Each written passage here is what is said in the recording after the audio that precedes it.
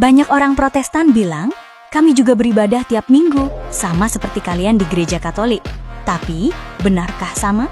Apakah doa, pujian, dan khotbah bisa menggantikan kurban Kristus di Kalvari? Shalom sahabat aku Katolik, dan salam damai Kristus untuk kita semua. Terutama untuk para katekumen yang sedang belajar memahami iman Katolik.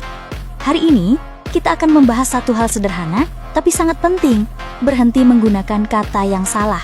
Pernah nggak kamu dengar seseorang berkata, bagaimana ibadah hari ini? Kedengarannya sopan ya, tapi dalam gereja Katolik, kata ibadah tidak sama artinya seperti yang banyak orang pikirkan. Banyak umat Katolik, tanpa sadar, meminjam istilah dari saudara-saudara Protestan, yaitu kata ibadah, dan menggunakannya untuk menggantikan kata misa. Tapi, apakah misa dan ibadah itu sama? Mari kita bahas bersama-sama.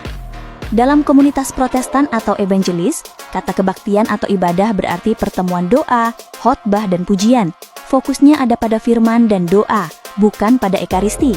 Kebaktian itu tentu indah, tapi tidak mencakup kurban Kristus di altar. Karena itu, umat Katolik harus hati-hati. Apa yang terjadi dalam kebaktian dan apa yang terjadi dalam misa bukanlah hal yang sama. Kata misa berasal dari bahasa Latin, missa, yang berarti diutus. Dari kalimat terakhir imam, ite missa est, artinya, pergilah, misa telah selesai. Tapi misa bukan sekedar doa bersama. Misa adalah representasi kurban Yesus Kristus di Kalvari yang dihadirkan kembali di altar secara sakramental, bukan diulang. Dalam misa, surga menyentuh bumi.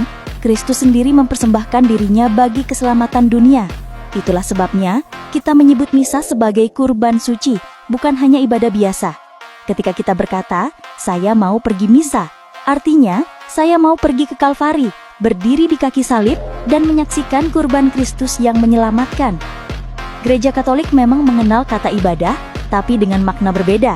Misalnya, ibadah doa pemakaman tanpa misa, ibadah komuni kalau imam berhalangan, ibadah tobat, ibadah adorasi, atau ibadah penyembuhan.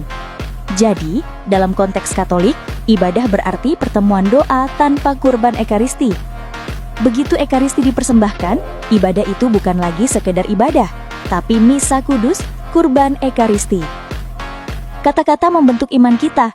Kalau kita terus menyebut misa sebagai ibadah, lama-lama kita bisa lupa bahwa di dalam misa ada Kristus yang hadir nyata dalam ekaristi. Imam bukan sekedar pemimpin doa, tapi berdiri dalam pribadi Kristus sendiri, mempersembahkan kurban anak domba bagi keselamatan dunia. Maka, mari kita jaga kata-kata kita, karena setiap kata membawa makna iman. Kalau nanti ada yang bertanya padamu, bagaimana ibadah hari ini? Tersenyumlah dan jawab dengan lembut, kami tidak menyebutnya ibadah, tapi misa kudus, karena ibadah itu baik, tapi misa itu kudus.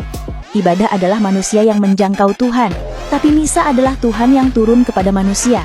Setiap kali kita menghadiri misa, surga terbuka, para malaikat berlutut, para kudus ikut bersukacita, dan Yesus sendiri hadir di altar berkata kepada kita, inilah tubuhku, inilah darahku.